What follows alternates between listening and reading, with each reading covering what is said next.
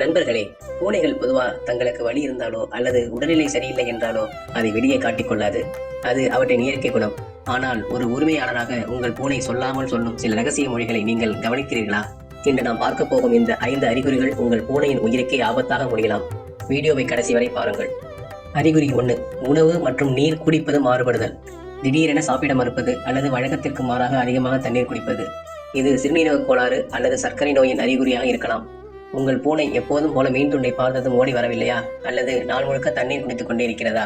இதை சாதாரணமாக விஷயமாக விட்டுவிடாதீர்கள். அறிகுறி 2. மறைந்து வாழ்தல்.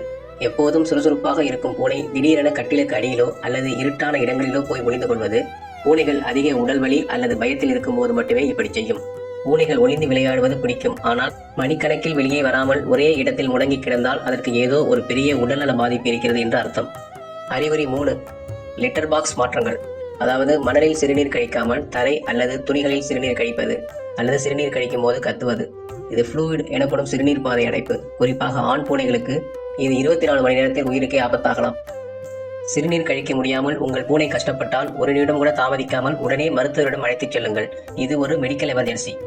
அறிகுறி 4. அதிகப்படியான மூச்சு வாங்குதல். நாய் போல வாயை திறந்து மூச்சு விடுவது. பூனைகள் பொதுவாக வாயால் மூச்சு விடாது. அப்படி செய்தால் அது இதய நோய் அல்லது கடுமையான நுரையீரல் பாதிப்பை குறிக்கும்.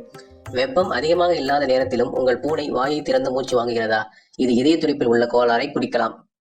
அறிகுறி 5. அதிகப்படியான குரல் அல்லது ஆக்ரோஷம்.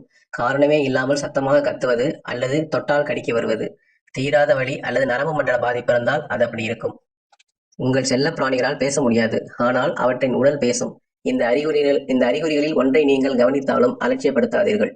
உங்கள் பூனையை ஒரு நல்ல கால்நடை மருத்துவரிடம் உடனே காட்டுங்கள். இந்த வீடியோ பயனுள்ளதாக இருந்ததா? உங்கள் பூனைக்கு ஏதாவது விசித்திரமான பழக்கம் இருக்கிறதா